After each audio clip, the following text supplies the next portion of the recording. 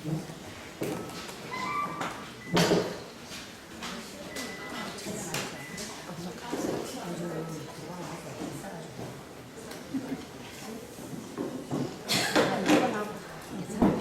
하겠습니다. 이사야 22장 한번 봅시다. 이사야 계시 받은 겁니다. 이 계시는 요한계시록과 비슷하게 지상의 일과 그 장차 주 예수님의 하나님의 말씀 안에 되어 있는 그러한 신기한 일과 병행해서 계속 이야기하고 있습니다. 땅의 일과 하나님의 하늘에서 계획한 일과 대조를 이루면서 실시되고 있습니다.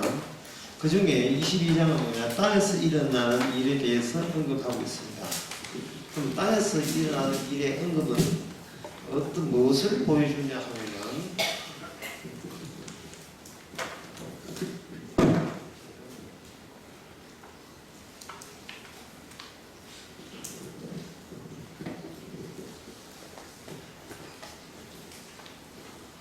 과정을 통해서 나타나는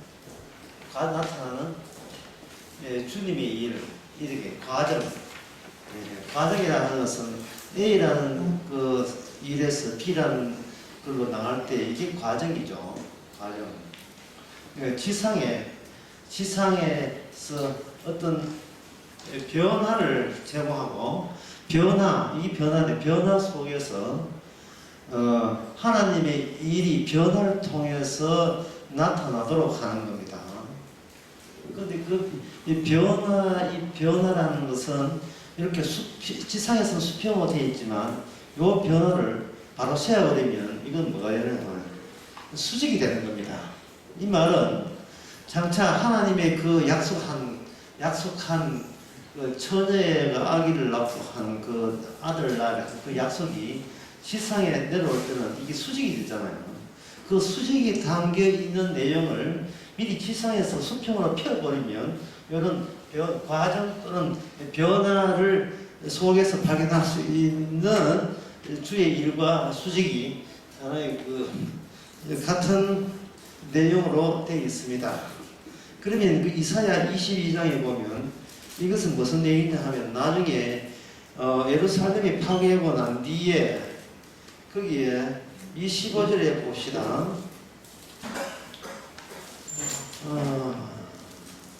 주 만군의 여호와께서 가라사대 너가 가서 그 국고를 막고 궁을 차지하는 셈날 보고 이게 셈나라는 사람이 등장하지요. 특정 사람이 등장합니다. 이사야에서 특정 인물이 등장하는 것은 상당히 드문 거예요. 이사야의 대부분의 이야기가 그렇게 66장이니까 그렇게 많이 있어도 그 중에서 그 내용들이 좀 다 진짜 추상적이에요. 특정 사람이 이렇게 됐다 하는 그런 내용이 그런 호명이 되는 구체적인 인물은 별로 나오지는 않아요. 그냥 말씀이 이런 일을 하신다. 누구한테 한단 말이에요? 그건 나타나지 않죠. 처녀가 일을 한다. 그 처녀가 누굽니까? 모르죠. 아무것도 알려주지 않아요. 그러면 이게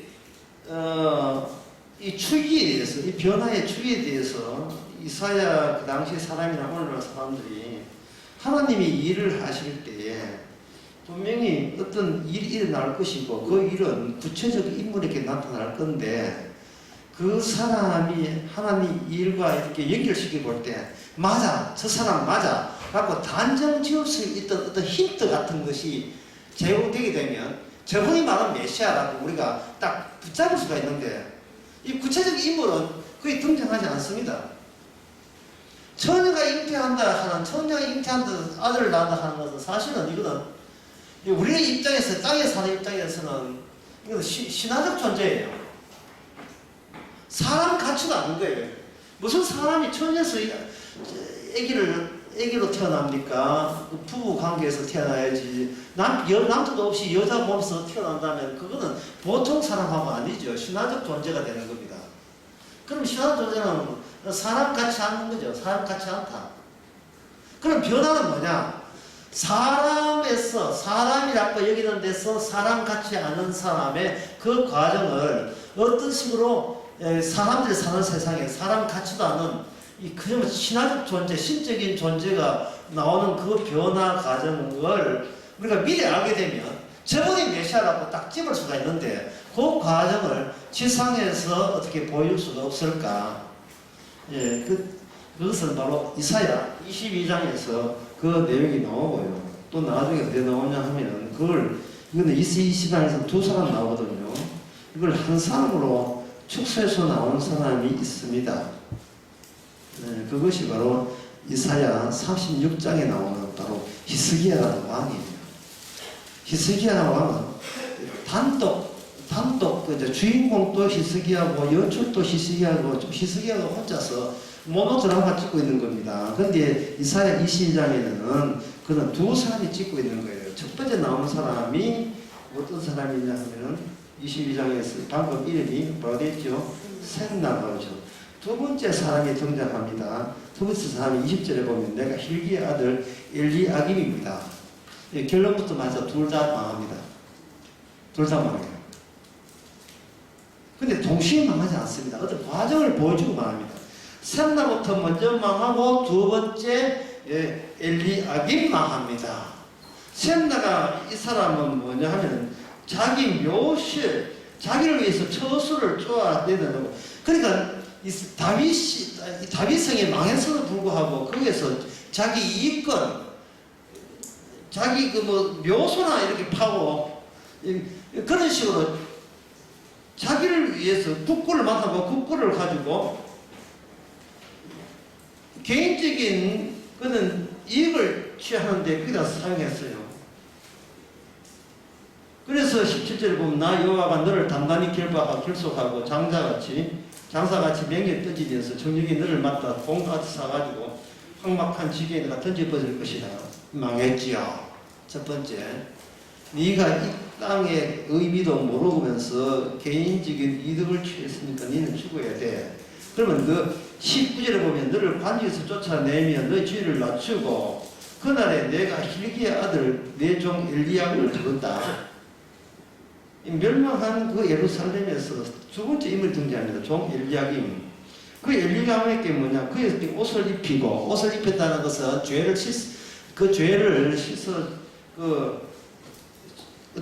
새로 한 정화된 옷을 입히는 거고 여기서 너는 이제 깨끗한 존재다 하는 그런 뜻이겠죠. 그런데 그 정권을 그의 손에 맡기죠. 그가 예루살렘 거민과 유다집의 아비가 될 것이며 그 다음에 22절에 보면 너가 또 다윗의 집의 열쇠를 그의 어깨에 두리니 그가 열면 닫을 자가 없고 닫으면 열 자가 없을 자. 그래서 많이 듣던 기제에 나옵니다. 이 요한계시록에 나온 기제지죠. 요한계시록. 야, 그러면 이 엘리야김 같으면 이 사람은 참 괜찮은 메시아인가? 이분이 바로 신화적 존재냐? 이렇게 할 수 있겠죠.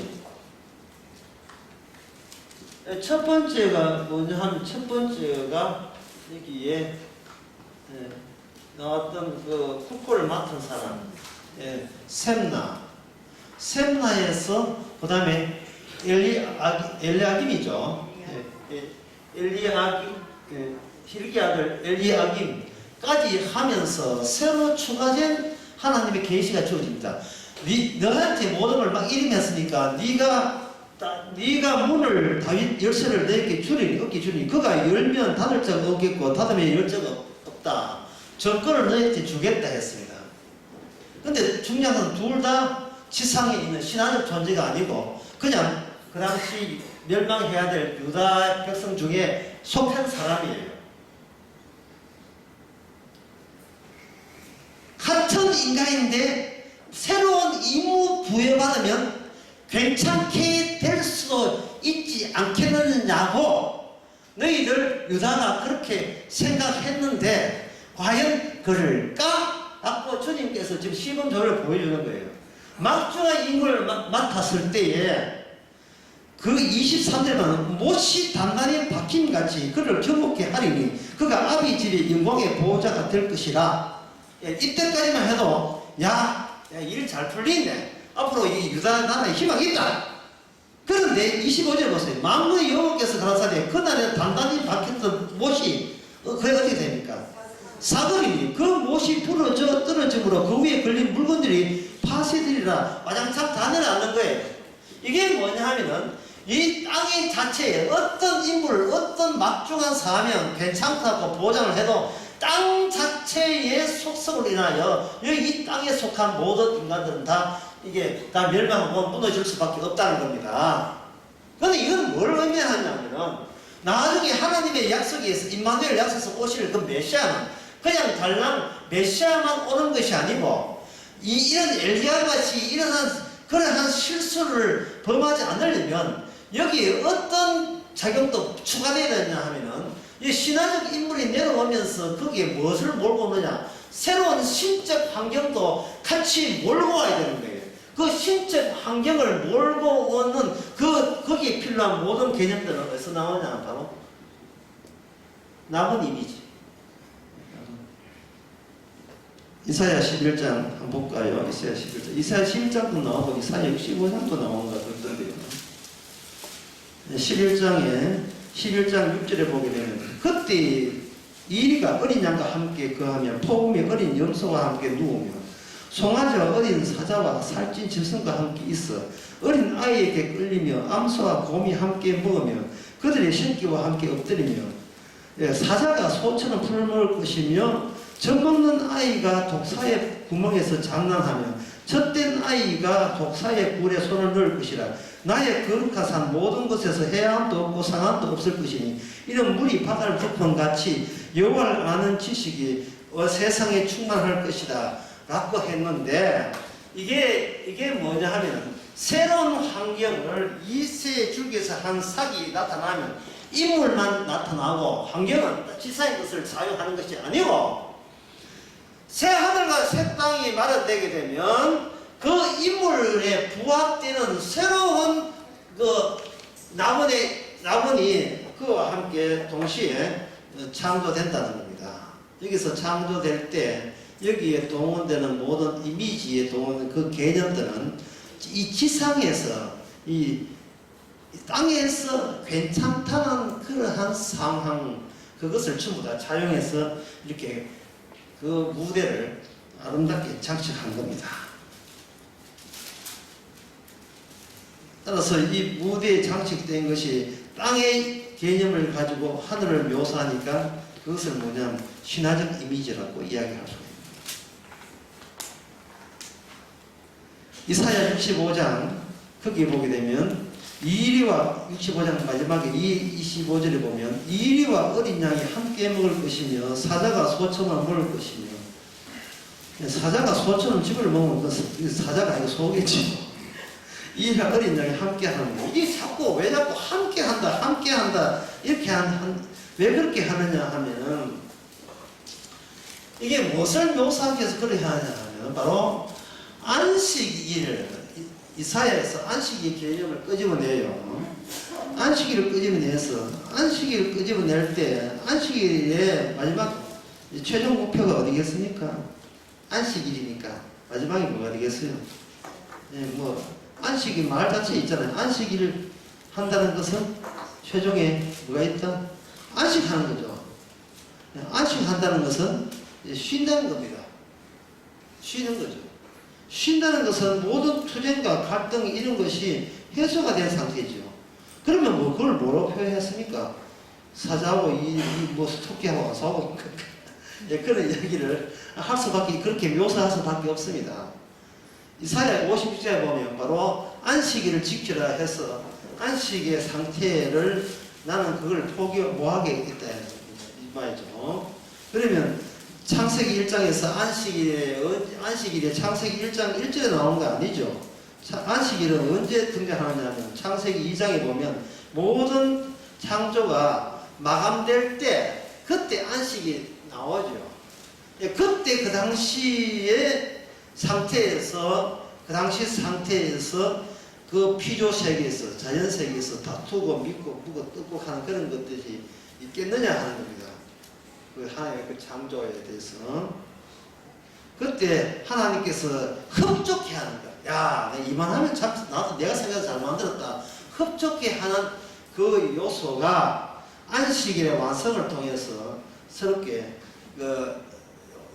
완료가 되죠. 이게 그 환경이 설치가 되죠. 그 설치하는 역할은 바로 신화적 존재의 등장으로 말미암아 안식일이 완성되고 하나님의 흡족한 그런 모든 활동 요소가 없어지는 거. 그것이 이거 옛날에 낙원 이미지를 통해서 앞으로의 그저 천국에 대해서 그렇게 묘사하고 있습니다. 지금 이런 방금 봤던 이런 그 이사야 65장이나 이사야 11장을 보면서 야, 참 천국가 참 좋네. 죽어서는 그런 나라에 가야지. 이렇게 여러분들이 생각하면 될까요? 아니면 그 사자의 DNA를 조정을 하는 겁니다. DNA를 태어날 때 편집을 해요. 편집해가지고 모든 공격성과 폭력성을 미리 제거해버리면 사자가 풀어버릴 것입니다. 그까이 거 이 성경에 나오는 걸 우리가 인공지능 동원해가지고 컴퓨터 조정에 만들어내면 안 돼요? 하면 되잖아요. 그러니까 제가 이미지라는 말을 하는 이유가 거기 있어요. 이게 미끼거든요, 미끼. 고작 그 정도 동물원 수준이 천국이에요? 뭐, 이런. 그래서 이 이사야를 보면서 야, 참 좋은 거 있는가 보자. 좋은 게 있으면 나는 예수 믿고, 별로 좋은 거 없으면 예수 안 믿을게 하는 그런 사람에게 성경은 어떠한, 유혹거리 될 만한 것을 제공하지 않습니다. 어떤 것도. 아픈 것도 없고, 괴로운 것도 없고, 슬픈 것도 없고, 그거는 이제 운동 와야 건강하면 되고, 다툼이 없고, 싸운 것도 미움이 없고, 이러면 뭐 합니까? 혼자 살면 되죠. 뭐가 어려워요? 천국 만들기 참 쉽죠, 돈 되고, 좋은 집 지가 혼자 살고, 항상 1년 내내 15점, 습도는 42% 해가지고 계속 맞춰가지고, 인공지능에 의존해가지고, 그래, 에너지 적게 효율을 하게 되고, 집에서는 말 찾는, 사자까지는 못 키우지만, 고양이 개 있잖아요. 그러니까 걔들 얼마나 말 잘 씁니까? 사대만 주게 되면 서로 안 싸워요. 또 싸운다 싶으면, 지금 뭐, 애교에서 태어나가지고 주사 몇 대 맞아가지고, 프로포필 만들지 뭐 해가지고 순한 약물을 만들어 놓으면 이게 이사야의 재현 아닙니까? 이 성경을 우리가 지키는 식으로 한다는 그 자체가 이미 우리가 멸망한 인간이다. 나중심의 낙원은 없습니다. 이 세상에 나중심의 천국은 존재하지 않습니다. 우리가 성경 보면서 은근히 어떤 목표점을 높이려 하는 그런 시도는 하지는 않습니다. 그래서 다시 한번 정리하게 되면 이 지상이라는 그 여건 때문에 어떤 인간도 변화를 추구하고 하나님께 격려와 독려와 어떤 사명을 줬구만 이건 모조리 뭘 끝나는가? 실패로 끝나는 거예요. 그렇다면 이 두 사람을 통해서 보여주는 그 실패가 한 사람으로 이렇게 정리해서 보여준 대목이 뭐냐면 아까 말씀드렸죠. 이사야 36장입니다. 이사야 36장을 한번 이사야 36장에 보면 히스기야 왕 14년에 아수르 왕 산헤립이 올라와서 유다 모든 견고한 성을 쳐서 취하니라. 자, 36장 1절을 봤어요. 히스기야 왕이 있을 때에 우리가 배우는 걸 한번 복습해 봅시다. 히스기야 왕이 어디에 지금 살고 있습니까? 예루살렘에 살고 있죠. 그러면 산헤립이라는 이 아수르가 쳐들어왔어요. 벌써 배우는 거 아니잖아 싶다.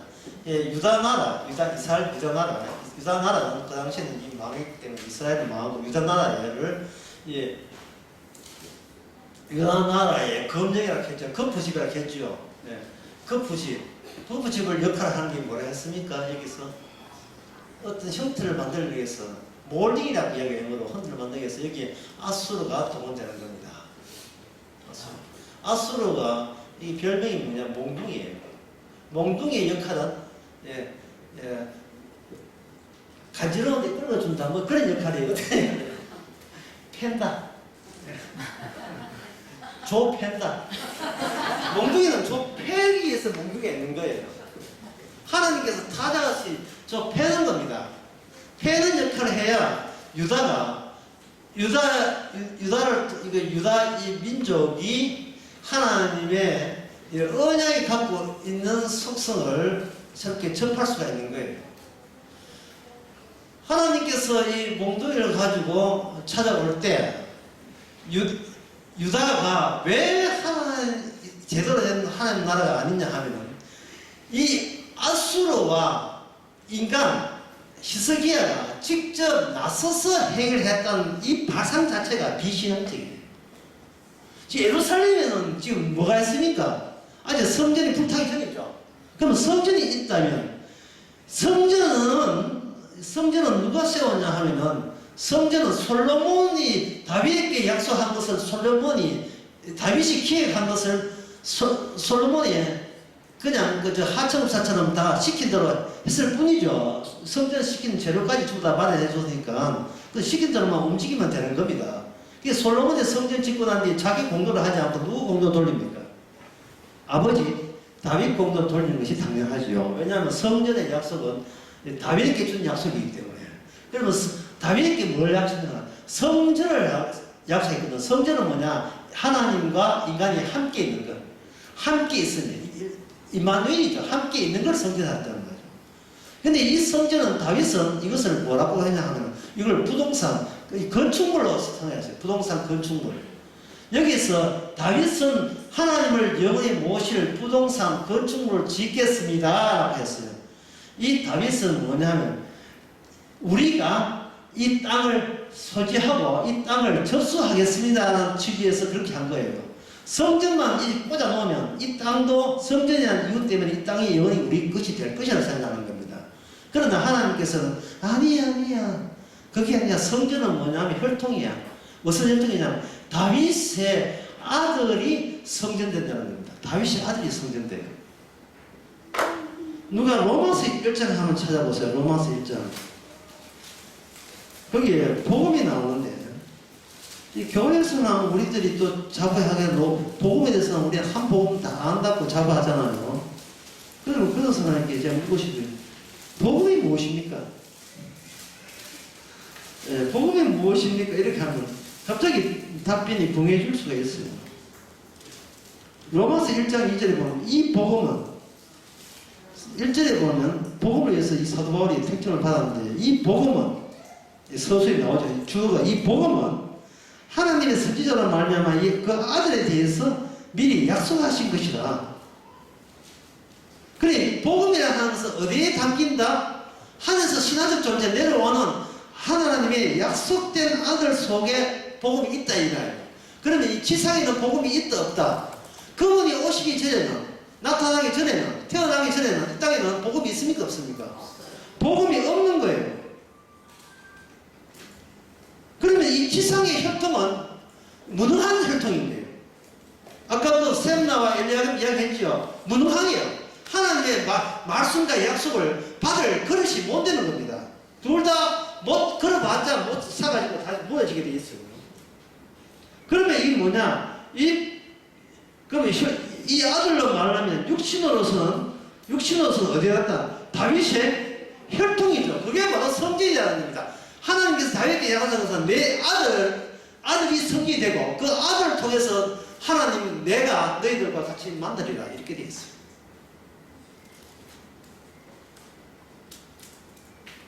그런데 그 만나는 장소가 혈통이라 났는데 그 혈통은 특수한 혈통인데 무슨 요소가 특수하냐고 이야기한다면 성결의 영으로 죽은 가운데 부활하여 능력으로 하나님 아들이 됐다. 그게 무슨 요소를 거쳐야 된다는 겁니까? 죽었다가 살아나야 성전 된다 이 말이죠. 그러면 죽어도 살아나지 못한 사람은 성전이 못 되죠. 성전이 못 되면 그거는 하나님과 만날 수가 없는 겁니다. 예. 안녕히 계십시다. 빠이빠이예요. 죽었다가 살아나지 않으면 하나님의 성전이 될 수 없습니다. 왜 그런데? 약속 그 자체가 그러니까. 다윗 약속이에요. 노아 약속은 뭐냐면 방주를 구경했다. 방주의 설계에 참여했다. 방주에 대해서 사진 찍었다. 이거는 노아 홍수 때 구원받지 못합니다. 조건 단 하나밖에 없어요. 방주 안에 들어가는 거예요. 방주에서 찍고 셀카 찍고 이렇게 백날해도 그거는 홍수를 이겨내지 못해. 방주 안에 들어가고 문이 닫혀야 되는 겁니다. 그렇다면 마지막 언약, 새 언약에 있어서는 뭐냐면 사람처럼 예수 믿고 뭐 하나님 회개하고 소용없어요. 뭐냐면 살았다가 죽었다가 살아나는 경로를 보여야 되는 겁니다. 내가 없어지고 내가 새로 없어진 데서 새로 태어나야, 거듭나야, 다시 태어나야, 그래야 하늘나라 보는 겁니다. 무슨 재주가 우리에게 그런 재주 있습니까? 죽었다 깨나도, 죽었다 깨날 수가 없을 뿐더러 죽었다 깨나도 그런 재주가 없지요. 그러면 이 복음이라 하는 것은 다윗 자손은 예수 그리스도의 그것에 있어서 국한되는 겁니다. 예수님께 국한되죠. 근데 예수님이 다윗의 혈통을 태어났기 때문에 이 다윗의 혈통은 어떤 혈통이냐? 왕가예요. 왕을 얻기 때문에 왕은 반드시 어떤 환경을 조성하고 내려오냐 하면 내려올 때 왕만 내려오면서 거기에 무엇을 전제로 하냐 하면 자기 백성을 함께 혜택을 입는다는 조건 하에 왕의 자격으로 이 땅에 오신 거예요. 그것이 예수라는 이름 속에 그게 담겨 있어요. 자, 마태복음 1장 21절인가 보면 이름을 예수라 하라고 해놓고 그걸 풀이하고 있어요. 그 예수 이름은 풀이하면 뭐냐면 자기 백성이라는 말이 나옵니다. 자기 백성을 죄에서 구원할 자예요. 예수는 이름 자체는 그냥 요소예요. 그냥 구원자예요. 명칭 자체가 구원자인데 해설이 너무 길어서 너무 길어요. 그러면 예수라는 명칭이 이것만 계시겠습니까? 해석하는 여기서 끄집어내는 추가된 해석도 하나님의 계시겠습니까? 하나겠습니까? 둘 다 계시겠어요. 둘 다 하나님의 계셔야 되는 거예요. 그래서 우리는 뭐냐? 읽기는 서기는 예수라 설고 읽기는 자기 백성에서 구원할 자가로 읽는 겁니다. 이렇게 되는 거예요. 그러면 뒷부분에 이걸 읽는다는 말은 이것이 실효성 있는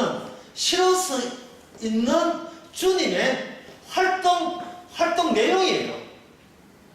주님이 자기 백성만 끄집어내는 게 아니라 자기 백성을 죄 없이 하는 활동까지 예수님께서 하시는 겁니다.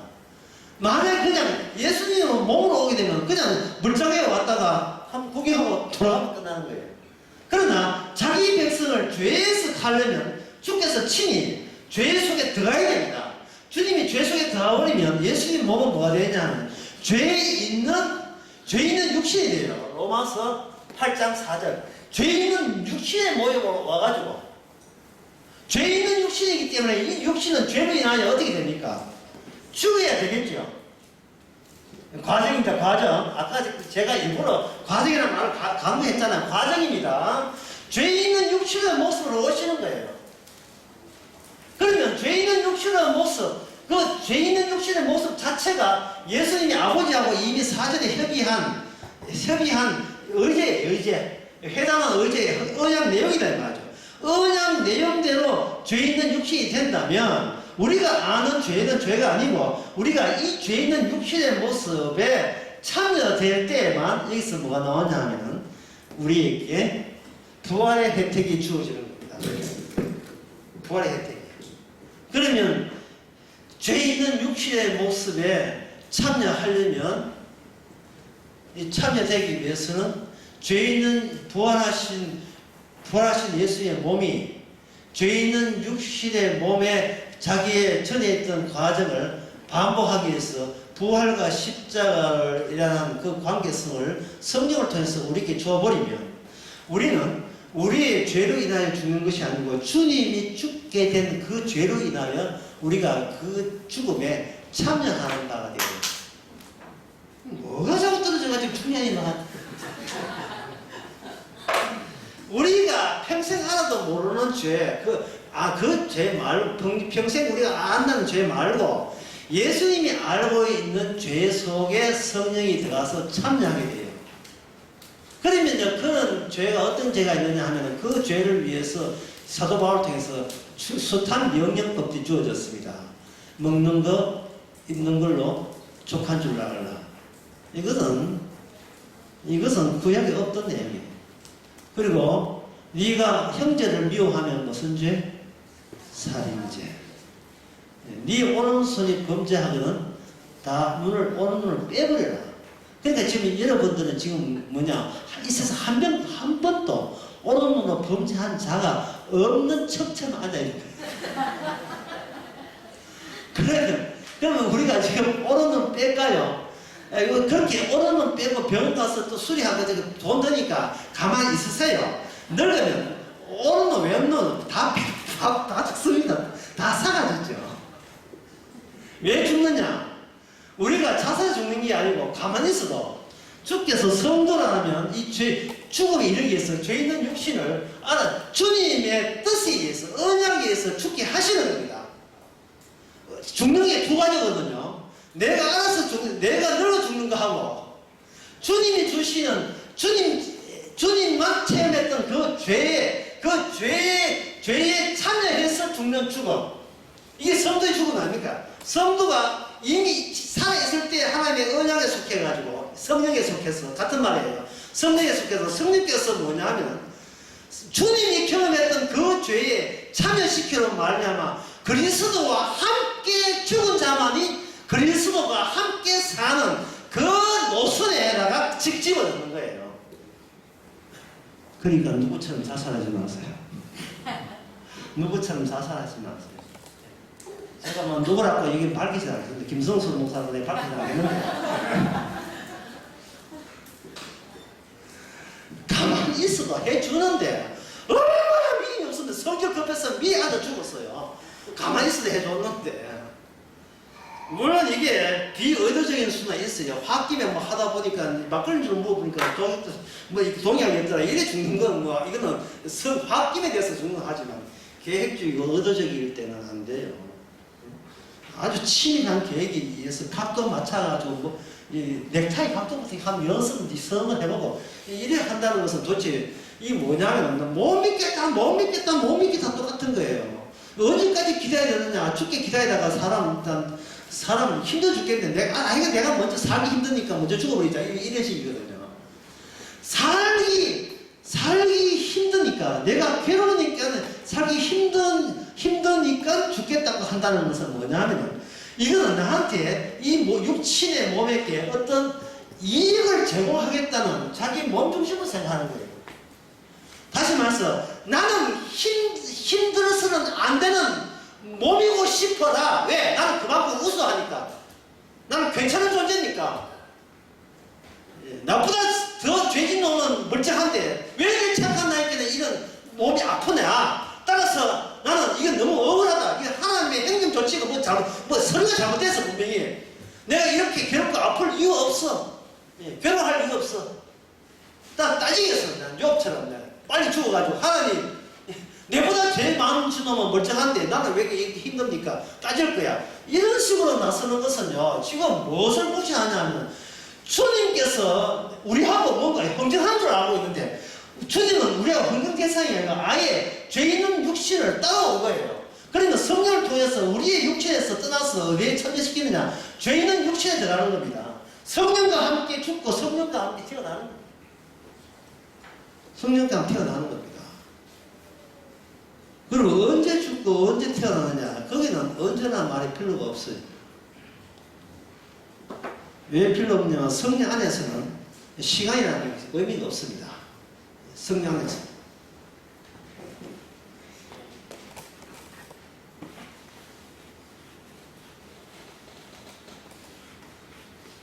더 이상 더 나가버리면 이건 신약이기 때문에 우리가 더 멀리 나갈 수는 없지만 이사야 36장 다시 한번 보세요. 이사야 36장을 보면서 제가 아까 예고해드렸죠. 셈나와 엘리야김이 하는 두 가지 역할을 히스기야는 누가 한다? 혼자서 하는 거예요. 단도 내가 이랬던 내가 이렇게 망가졌다 라는 것을 보여주는 겁니다.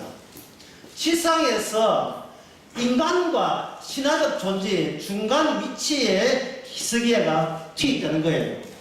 그래서 그 추이를 보잖아요. 과연 히스기야는 아수르라는 그 몽둥이를 과연 어떻게 대처하는가라는 겁니다. 벌써 히스기야는 실패하고 있지요. 이거는 히스기야를 공격하는 의도가 아니에요. 근데 중간에는 히스기야가 눈치를 챕니다. 어떻게 눈치를 채느냐 하면 하나님이요, 이게 산헤립에 올라와서 모든 걸 취하고 나중에 산헤립 말고 또 누가 산헤립을 가고 랍사게가 37장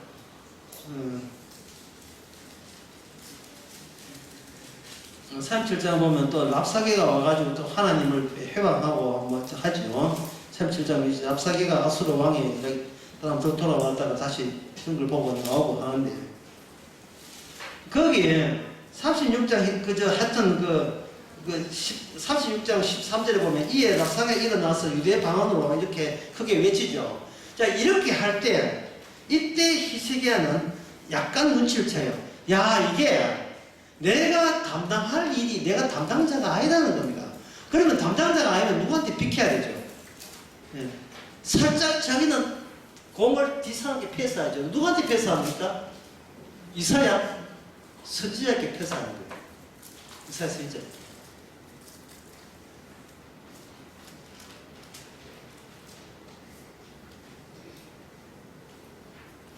이사야 선지자에게 패스하니까 여기 37장 21절에 아모스 아들 이사야가 오늘 이사야에게 이르되 히스기야에게 이르되 이스라엘 하나님 여호와께서 말씀하시되 내가 아수르 왕 산헤립에 일어난 일을 기도하였다 하시고 여호와께서 그에 대해서 이르시되 천년딸 시온아 너를 멸시하고 조롱하였고. 보세요, 이게 히스기야 개인 문제 본인 문제가 아니죠. 그런데 히스기야는 그런 이럴 때 당황하거나 벌을 떨 게 아니고 어떻게 해야 됩니까? 패스하면 되죠. 누구한테? 예루살렘을 지키는 분이 누굽니까? 여호와 하나님이잖아요. 그럼 하나님께 패스하면 되는 거예요. 패스할 때 자기 위치는 뭐냐면 그냥 헛바이고 헛소함이고 쓸모없던 인간이라는, 나는 주님이 일을 했을 때 나는 제거 대상이라는 것을 본인이 그걸 감수를 해야죠. 뒤늦게 알았죠, 본인이. 그래서 패스 안 돼요. 이거는 누가 처리해야 된다? 하나님이 하나님 방식으로 처리해야 됩니다. 그런 자세를 취할 때 이 모습이 뭐냐 하면은 원래 이스라엘이 해야 될 그러한 모델에 가까운 거예요. 모델과 일치되는 겁니다. 이스라엘의 왕이 좋았지만 왕 역할은 하나님의 보이지 않는 왕의 계심을 보이기 위해서 있는 왕이기 때문에 이 왕은 어떤 일이 벌어졌을 때는 하나님이 직접 처리하고 자기가 비켜나는 이 과정을 중간에 왕이 해야 될 일이에요. 이거는 내 일 아니야. 이건 내 일 아니야. 그걸 여러분들이 지금 한 실천해 보시기 바랍니다. 이게 실천이 잘 안 돼요. 히스기야 이야기 다시 한번 정리해보면 히스기야는 일단 아수르 왕과 군대 장관이 왔을 때 누가 나서서 해요? 히스기야 자기가 왕이니까 정치적으로 자기가 해결하려고 나섰습니다. 그 전에 이 히스기야가 이렇게 나기 전에 히스기야가 얼마나 겁을 지고 있다는 걸 알지요. 왜냐하면 예루살렘 있는 거 다 갈라먹었으니까, 몽둥이로 다 팼으니까 나머지는 예루살렘 패는 거예요. 그러면 아수르가 그렇게 했을 때 이것은 아수르가 왔다가 하지 말고 누가 보냈다 하는 겁니까? 하나님의 뜻에 의해서 보낸 거예요.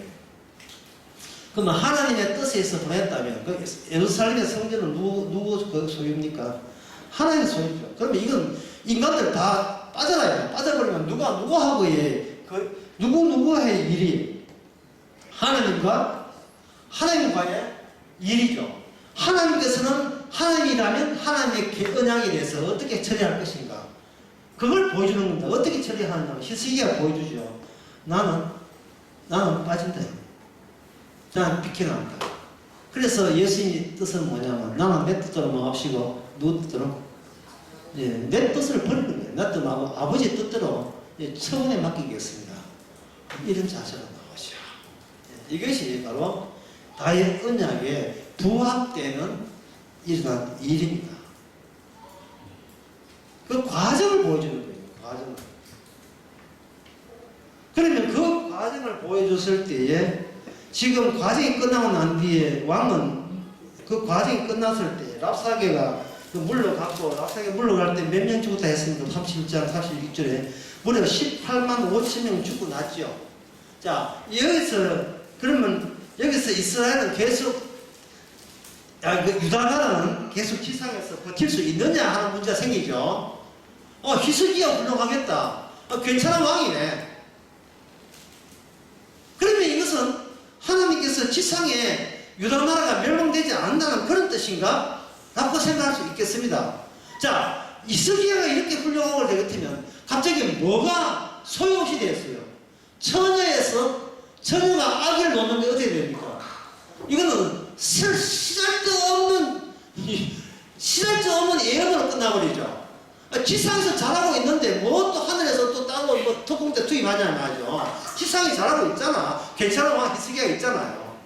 이렇게 되겠죠. 과연 그게 끝까지 괜찮았을까? 네. 셈나가 삼나가 나쁜 짓을 할 때 그걸 대대해서 엘리야김 들어갔잖아요. 그때 들어갈 때 역시 엘리야김은 이제 셈나가 잘할 거야. 그렇게 생각하는 겁니다.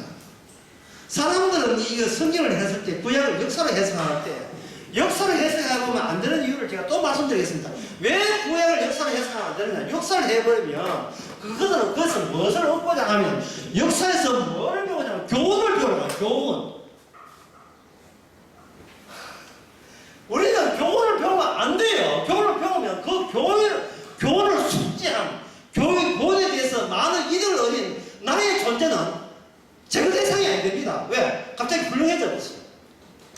역사에서 교훈을 배울 정도로 새로운 정보를 얻었으니까 나는 얼마나 대단하냐 이렇게 되어버린대요. 그게 성령 받지 않은 사람한테는 딱 적합한 일이에요. 성령 받지 않은 사람한테는 가자 교회로 뭘 배우기 위해서 성경을 통해서 삶의 지혜를 배우자. 차라리 도를 아세요. 도 닦으러 가는 거야. 전에 가는 거 똑같아요. 나라는 인간의 품격을 더 높이기 위해서 질을 높이기 위해서 성경이라는 하나님의 무궁무진한 지혜에서 한 수 배워야겠다. 한 수 배워서 뭐 할 겁니까? 봐도 부담될 거예요. 그거 배워서 뭐 할 겁니까? 처녀가 애교를 놓는다는 건 교체예요. 제금이다. 자꾸 하나님 이 빌미로 삼아서 안 죽으려고 제거되지 않으려고 하지 마세요. 이미 우리는 하나님에 의해서 육신의 몸에 오신다 할 때 이미 우리는 육신의 죄 때문에 죽기로 작정된 몸이에요. 언제 교체되느냐가 중요합니다. 타이밍 맞춰서 교체돼야 돼요. 성령이 올 때 우리는 교체되면서 동시에 부활되는 거예요. 왜? 성령 안에서는 시간 요소가 그게 없기 때문에. 성령 받으면 이미 그런 그리스도 안에서 죽었고 살았고가 둘 다가 되는 거예요. 그걸 실제적으로 역사적 어떤 모습으로는 어떤 변화가 보이지 않지만 그 성령 안에서는 그리스도의 죽음과 살아남이 함께 그 요소가 우리에게 작용하고 있습니다. 그걸 언약적인 요소가 발현된다는 우리를 통해서 발현되는 거예요. 외형적으로서는 키가 더 크지다든지 백지나무 얘는 아무것도 없지요. 하지만 실제적으로서는 뭐냐면 용서할 수 없는 자에게 용서가 일어나고 원수까지 사랑하고 자기가 죄인인 것을 알고 이런 변화는 인력으로 불가능한 변화예요. 문이 열려가지고 세상이 멸망할 바다에 마땅한 세상으로 보이고 이것은 학교에서 교육받다가 될 문제가 아닙니다. 교훈을 얻는 게 아닙니다. 역사가 되어버리면 교훈 같은 것만 건지고 역사를 버려버려요. 그러나 구약은 역사가 아니고 복음입니다. 늘 우리에게 성경 안에서 되풀이해서 반복해서 우리에게 제공하는 거예요.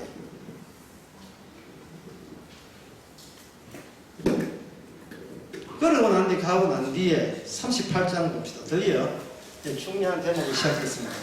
히스기야가 그 즈음에 히스기야가 병들어 죽게 되었습니다. 그냥 죽지. 그냥 죽으면 되잖아요. 왜? 예? 그냥 죽으면 된다고요. 이사야를 찾아갑니다. 큰일 치렀던, 자기는 패스했으니까, 히스기야는 자기는 하나님의 허수아비고, 진짜 하나님은 이사야하고 하나님하고 상대한다는 걸 깨달았거든요.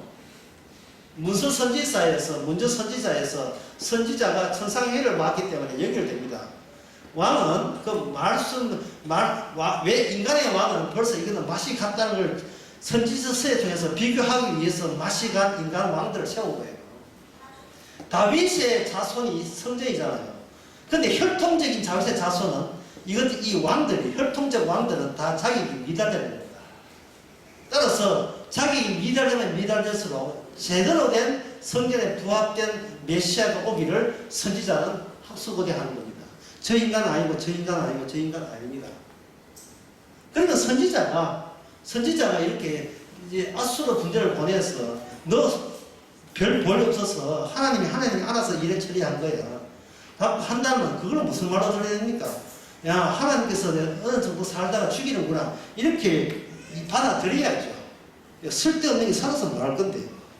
그런데 이스라엘 병들, 그것도 급사한 것도 아니에요. 일부러 병들어 죽게 했습니다. 그리고 뭐라고 예언합니까? 너가 죽고 살지 못하리라 이랬어요. 참 어려운 주제 나옵니다. 성경에서 정말 어려운 주제 하나가 예언이 변경된다는 거예요. 예언의 변경. 예언이 변경된다는 말은 새로운 예언을 추가했을 때 기존의 과거에 그냥 종속된 배경을 더는 사용하지 않는다. 그러나 사람들은 하나님의 새로운 추가된 예언이 오게 되면 그걸 어디에 써보려고 하냐 하면 전에 알았던 환경을 수습시키고 그걸 고정시키고 그 환경에다가 적합하게 써보려고 이야기해요. 예를 들어서 어느 지역에 갔는데 약도 없고 다급한 상태였다. 그때 하나님 불쌍히 여기소서 제가 이게 몸에 암에 걸렸습니다. 어떻게 약도 없고 아무것도 없는데 어떻게 낫게 해주세요. 라고 기도했는데 갑자기 암에서 나았어요. 그 암에서 나았다는 말은 뭔 뜻이냐 하면 그냥 다음에는 암 걸리거든 죽으라는 뜻이거든요. 니들 이제 부실없는 짓을 하고 있는 거야. 네가 그만큼 낫게 다는 자체가 네가 뭔 뜻이냐 하면 내가 주님과 함께 있기 싫다는 그런 비성전적 성전을 기피하는 그런 네 죄 있는 육신의 모습을 네가 지금 발각된 거야.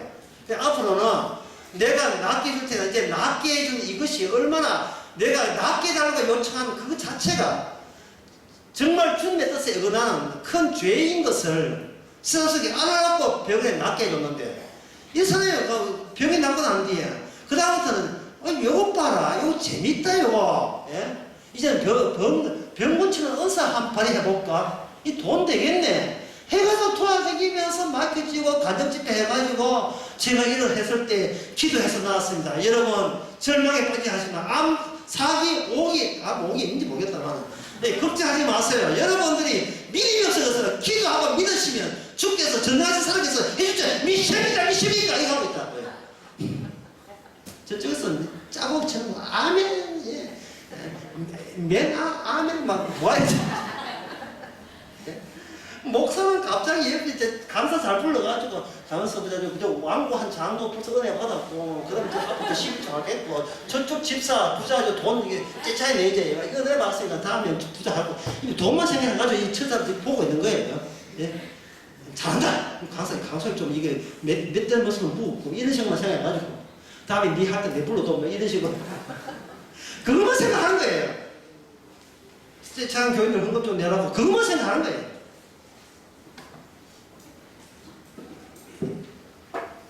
죄 있는 육신의 몸이라면 이걸 진짜 믿는다면 나는 살아있는 자체가 이거는 반칙입니다. 이거는 죄 있는 육신의 몸이 왜 삽니까? 주께서 필요하다면 죄를 끄집어낸 쪽으로 살려주옵소서 이래 돼야죠. 내가 만약에 더 산다면 없는 죄 더 끄집어내라고 살게 해줬습니다. 이렇게 돼야죠. 히스기야는 본인도 모르면서 어느새 본인 인생은 바로 이 원칙에 준수하는 그런 결과가 되고 말았어요. 본의 아니게 하나님의 뜻의 준수예요. 그가 15년 동안 여기서 살았으니까 15년 동안 살면서 나라 말아먹었습니다. 히스기야가 나중에 이거구나. 아직도 내가 모르는 죄를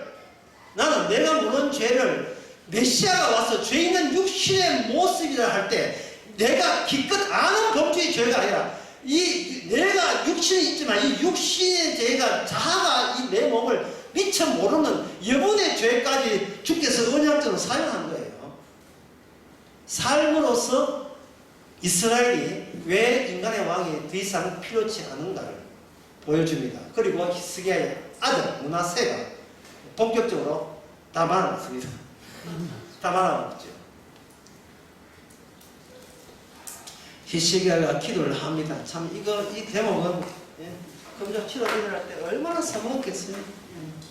여러분 주께서 그 눈물을 들었다면 그 이야기는 싶으시죠?